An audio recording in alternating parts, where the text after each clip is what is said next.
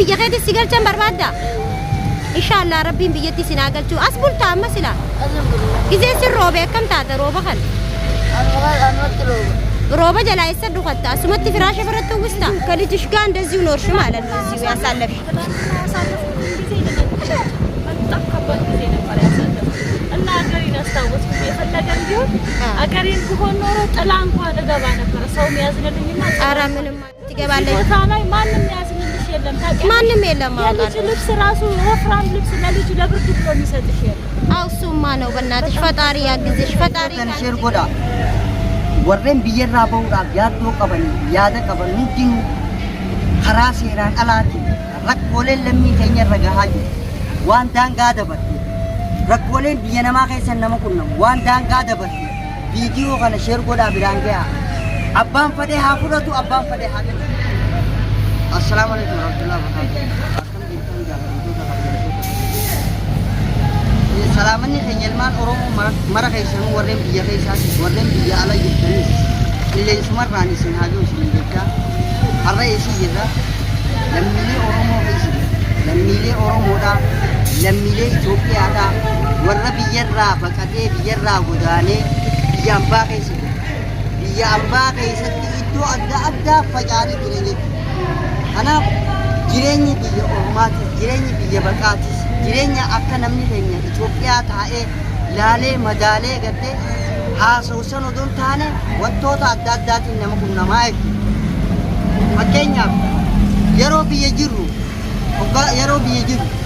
namoonni hedduun warreen gartee biyyarraa nama baasu wanni isaan jaanii dubbatan aboo biitisan biyya milkiiti biyya imaanaati biyya gartee hojiiti biyya maallaqni jiruu nuun jaan maali jennaan वो भी यसन देते बर आगबुं बुलतुई सिंजा यसन देते आलम बुलतुई सिंजा माललाइन्य गुनी अक्कन मत करते खरर तथा सिंजा नमनी ओदुमा दिगेम तुबा मालला का किसे सिखाया जान आयो बलयन नमी मालला का किसे नमा खाओ निजिरा ए काम में जिरेंगे बियता नहीं तू गिराने नमी मालला का किसे नमा खाओ गिरा निजू माललाइन्य करते लूका दान करते हमारा नहीं पूरा नहीं करते सन निजिरा निजिरू akkasimire wanni amma ilmaan lammiilee Itoophiyaadhaan warreen asxaan kun wanni eegaa jiran bakka waajjira gartee awwaaliidhaati bakka gartee waajjira godaantootaati waajjira godaantootaa ulaa isaanii dura jiran baay'een eegaa jirta nama isin ji'a afur waajjira kan dura jiranii ji'a afur waajjira kan dura jiran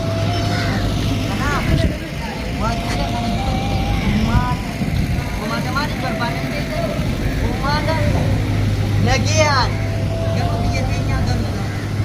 Mari biasanya garuda berpada. Ada biji nama, akta kerja dijahit macam orang kali. Biji kerja dijahit.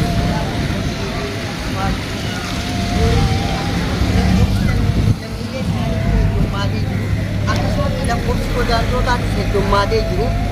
Anak rakyat jura dia tanah kaisa hoji arka cumi jabat. Mari ilmi nama kajiru kun jiru fajjaka beesa fayyales. Nama dalagachuu danda'u shabaabaa fi darga keessa. Garuu wanni bakka tana wali qabu maali? Moggaani bichi deemee yeroo itti deemee hojjechuu hin dandeenye dalagaa argachuu hin dandeenye haalli hojiidhaa rakkisaa hoggaatee maal filata? Gama biyyaa galuudha filata. Yeroo inni gartee lakkii boo biitii qunnaan taane je'ee gartee gama biyyaatti itti deebi'u yaalu waajjibii godaantootaatis furmaata kennuufi furmaata gartee nu kennuu dhabuudhaan bakka tanatti argamnaa jechuudha. Kanaaf mee eewa bookee jira bishaan kun gartee bishaan wasakaa bakka ittiin ciisan firaashni irra ciisan mee banii aadam lammiilee keenya warreen mee addunyaarra jirtan marti keessanuu ilmaan Oromoodhaa biyya keessatti akkana ciisaa turre. Biyya teenya irratti akkana ciisaa turre, ala ciisaa turre. Wanni xiqqeenya kana nu mudee maali? Soba, kijiba, suuraaleen taane maqaa viidiyoodhaa jechuudha. Wantoota adda addaa walitti erguudhaan akkasumatti namoonni diinagdee nurraa argachuudhaaf yaadan hundinuu biyya nagaa si geessina, Makkal Mukarramaa si geessina, Madiina si geessina, Qatar si geessina, Dubaay si geessina jaaniini biyyarraa baasan. Ilmaan Oromoo immoo ijoolleen daa'imni kun ubbaa asuutte ani gatti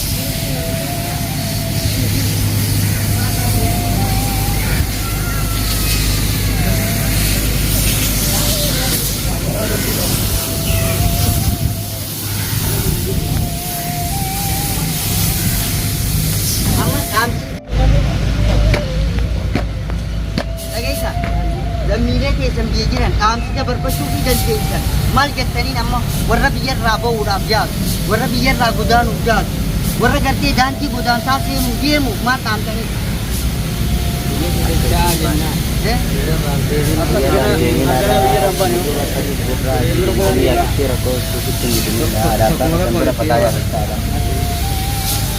Alami biyya bakana biyya kana akka godan jechuun maaf gaban biyya kana biyya wate jibi amma usi dhagee warra amma si dhagee noo maal jedhu warra mana goon akka rabbi nagaan durrachee duraan dursee viidiyoo kana sheer godha eenyu sheer gootan ilmaan oromoodha lammiilee Itoophiyaadha biyya keessaas jiraate biyya alaas jiraatu sheer godha biraan ga'a maalirra lammiileen isaanii maalirra akka jiru warri biyyaa godaane maalirra akka jiran mush xayyaara bitanii dhufaniidhaa miti biyya namaa uffaa dhaqan mush nyaatanii dhuganiidhaa miti mush makiinaa bitee dhufaa miti imaara jaaraa miti lubbuu takkittiin jiraachuun jabduu uffataati amma namni sin gargaaru jiru jira nyaataa dhugaatii kan namni sin gargaaru jira hojii harkaa qabdan ayyee dubai jireenya namni lubbuu takkittii gattee bishaan dhugee nyaatee gattee bishaan dhugee jiraachuu sadhabu keessa jirraa jechuudha kanaaf mee dhugumatti yoo lammii keessan jaalattan atis mee dhaamsi lammii keessan lammiilee Itoophiyaa hundaan immoo bakka jirtanitti bakka jireenya keenya hunda agartanii kanaafuu warri achi siyaatan jireenya keenya kana ilaaltanii akka lechaatan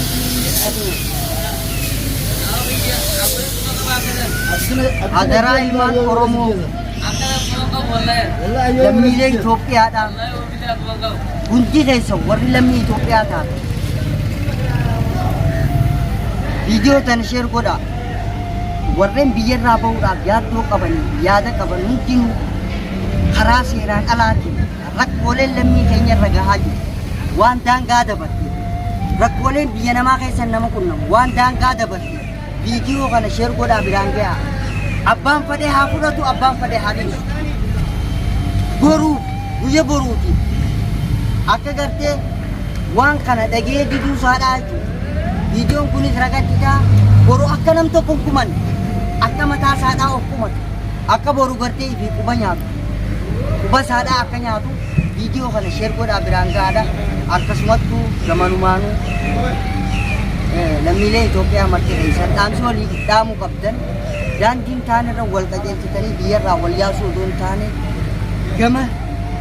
gama seeraatiin wanti hojjetamu yoo hojjetame gama seeraatiin deemelleen kabajaa argachuu qaba miidhaan gartee warroota gama seeraatiin deeman irra gaggeeffamuu qabullee akka gartee bakka jiranii gartee waajjirri kunis waajjira godaantootaati waan guddoo waajjirri kana jechuudha cufatee taa'u jira gargaarsi godhaafi jiruus hin jirtu nyaataa dhugaatii namni kun ilmi namaa wanni jiraatu maali takka kafana huccuudha talamadaa bishaanii tasagee isaa nyaata wanni kun sageenuu gartee godhamutti hin jiru balballi isaanii cufaadha godaantoota ilaa funyaanitti jechuudha funyaan qabatanii innaa jibbuu keessa hulaachi tuffatanii taa'aa jiranii jechuudha kun egaa lammiilee Itoophiyaadha haala rakkoo kanaa Assalamu alaikum እዚህ ነው የምትኖሪው? አዎ ማነሽ ስምሽ? ካይራ ለምንድን ነው እዚህ ቁጭ ያልሽው? ያው አገሬ መግባት ስለፈለኩኝ ሰፋራ እዚህ ስለሆነ ነው ቁጭ ያልሽው? ምን አሉሽ ታዲያ ሰፋሮቹ? ይመጣል ነው የሚሉት። ስንት ወር ነው ከልጅሽ ጋር እዚህ ጋር የኖርሽ? አሁን ይሄ ልጅሽ ነው? አዎ የራሴ ከልጅሽ ነው ጋር ነው እዚህ ያለሽው? ሰፋራ ታዲያ ምንድን ነው ያለው?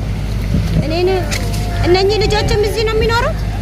አዎ እዚህ ነው የሚኖሩት። አይ እነሱ ቤት አላቸው። አሁን በሙቀቱ የተነሳ እንደዚህ እዚህ ሀገራው በጣም ይሞቃል። ታዲያ ምን አሉ ታዲያ ሰፋራ ለመቼ ውሳኔ አለው? ውሳኔ የለም ግን ሁሌም ነገ በዚህ ቀጥሎ ይመጣል ያሉ ልጅሽ እዚህ ነው የወለድሽው? አዎ እዚህ ነው። ማን ነው የሚረዳሽ? ማንም የሚረዳኝ የለም። እኔ አላህ በስተቀር ማንም የሚረዳኝ ያው እንደዚህ አንዳንድ ሰዎች ያዘዙኝ ሰዎች ሰጥቷል እንጂ ሌላ ማንም ይረዳኝ። እዚሁ ነው የምትኖሪው? ፍራሽስ ይሄ ፍራሽ ነው ያንቺ ነው? አይ ማንም አይደለም፣ ሰው ነው ያመጣል። እዚሁ ነው የምትኖሪው? እዚሁ ነው የምታድሪው? ዝናብ ሲዘንብ እንዴት ነው የምትሆኚው? ሲዘንብ ዝም ብዬ አንዳንዴ ጥግ ሆናለሁ። ሰው አንዳንድ ነገር ሲያመጣልሽ በዚሁ ነው የምትኖሪ ማለት ነው? እዚህ ነው የምኖረው እና ፍራሹን ላይ አደርጋለሁ። እየዘነበ ፍራሹን ላይ አደርግና ከነልጄ እዛው ነው ቁጭ። እዚሁ ነው የምታድሪው? በዚህ ዝናብም ሲወርድ ይሄው ዝናብ ነው። ትላንትና በጣም ነው የዘነበው። በዚህ ዝናብ እንደዚሁ ከልጅሽ ጋር እንደዚሁ ኖርሽ ማለት ነው? እዚሁ ያሳለፍሽ? በጣም ከባድ ጊዜ ነበር ያሳለፍኩት እና አገሬን አስታወስኩት። የፈለገም ቢሆን አገሬን ብሆን ኖሮ ጥላ እንኳን እገባ ነበር። ሰው የሚያዝንልኝና ኧረ ምንም አይደለም። ኢንሻአላህ አገርሽን ትገባለሽ። ቦታ ላይ ማንም ያዝንልሽ የለም። ታውቂያለሽ? ማንም የለም። የልጅ ልብስ ራሱ ወፍራም ልብስ ለልጅ ለብርድ ብሎ የሚሰጥሽ የለም። አው እሱማ ነው። በእናትሽ ፈጣሪ ያግዝሽ። ፈጣሪ ካንቺ ጋር ይሁን። እሷ ኦሮሞኛ ነው የምትችለው? አቲ ኦሮሞዳ መቃን ከኛት ሱከሪዳ ማዲ ፈስታው ጅርታ ሰፋራዬ ጉጅርታ ያኔ አከ ቢየኸቲ ሲገልቸን በርባዳ ኢንሻአላህ ረቢን ብየቲ ሲናገልቹ አስቡልታ መስላ ጊዜ ሲሮበ ከም ታተ ሮበ ኸል ሮበ ጀላ ይሰዱ ኸታ ሱመቲ ፍራሽ ፈረቱ ውስታ ረቢን ሲኒወጃ ጅራቱ ኢንሻአላህ ቢየኸቲ ገሉ በርባዳ ሚረ ኢንሻአላህ ረቢን ነጊያ ሲያገልቹ ዋንተ ከያዲና ربي سفارة في دي على خنا الرئيس ناقل شو دلان بكتنا تاو دان هدو تكول فاتا هدو وان فاتا دا بكتنا دلان تاو ننتاتو دلا واميكا ديرتلين وبسك أبدي ربي نسينو جاجراتو إن شاء الله كيريات سمش كيريات نارا نميرشو فتاري كان تيجامي هون لجشم إنني بتام وجلاي دمو اندزي مكمة بتام ياسفران كزناب قادمو بتام يستلال بزالا إن أنت سيتنا شو لجالاش አዎ በጣም ያስደብራል። እሱማ ፈጣሪ ከናንተ ጋር ይሁን። እኔ የምለው ነገር የለኝም። ያለኝን ምረዳሽ እኔ ጸሎት ዱዓ ማድረግልሽ ነው እንጂ ካለኝ አንዳንድ ነገር ማድረግ መጥቼ አይሻለሁ። ካሁን በኋላ እኔ ዛሬ ስላየሁሽ ነው። አመሰግናለሁ። መጥቼ ደግሞ አይሻለሁ። አብሽር። አቲዮቦ ኢልሞን አፋን ኦሮሞ ቤተ ማማረኛ አፋን ኦሮሞ ቤታ ጆሌን ቱንቴቲ አያ ማሻአላህ አቲዮ Hatini dute Allah irama Rabbi rahmata goduf gabo sitille ndagami ngama sigafachu khiya akami naga makan keen Arafat aye Rabbi inshallah kha khairi agodu wal barnota kenya kana siye amma sila safaran galu fastaw jirtat jolle tanawaje biyagalchu barbada ya bo safaran mali bafte gafatani safaran mali bakat ambasi dide jani ኢንሻአላህ ቪዲዮ መተን ለሼር ጎዳኒ ነምኒ ፍርማኒ ሲንዱፉኒ መላ ረቢን ኢንሻአላህ በከተነ ራብ ጊዜ ሮብ ያከም ታደረ ያቲዮ ነንጎ ያ ዲክሾ ማታ ፕሮግሬ ፈቴ ጋዛ ተጀራ አያ ይሮሮ ለከራማና ቢፍራች አቺ ጀላኒ ዱቀተ ጀቹ አማ ኦዋፍ ገባታ ኦዊ ድርቀማ ሙከየፋ ፊ መርዋ ነማ ፈሲሰ ፈሳ አናፊ ዱበ ለለስኪን ቤታ ጅራ ኦዋ ጀቻ አስታው ጅርተን ኢንሻአላህ ፉርማኒ ወሊጎኑ ዱአሙ ወሊጎኑ ዳዋን ቀምኑ ወልብረ ዳበቹ ዳ ኢልማን ኦሮሞ ከቢራቲ ሰከይ ሲንገር ጋራኒን ጎዳ አብሺር ኢንሻአላህ ዋን ተከያዲናዳ ረቢ ፉርማተ ገመይሳ ሲኒ አፊዱ በከተነቲ ዱ ተከላለ እቺ ዙባላ ጅራ ዱኩብኔ ከከራ ተነራ ነመቀባ ሮብኒ ጊዜ ሮብ ዱ ተከሶዳቺሳ በከተነ ቡሉናቲ ዋውን ዳፉ በርባቺሳ ሚቲ ፉርማተ ገመይሳ ረቢ ሲኒ አፊዱ ኢንሻአላህ ሮባ ከነ ነመጅቢሲሱ ከነ ከሰታው ነምኒ ማነጅራቱ ብየተነ ከሰቲ አዳን ዱ ተከነ መሶዳቺሳ روبا عدن يقوم أنا خيسة جراتي وجزء روبا نمر روبا عدن على ديسي إن شاء الله ربي نو سفاراني استنافع تفتني تاو جرن سلاي ربي فرماته جميع ساني سنافيتو أيه غانا غاتي عادي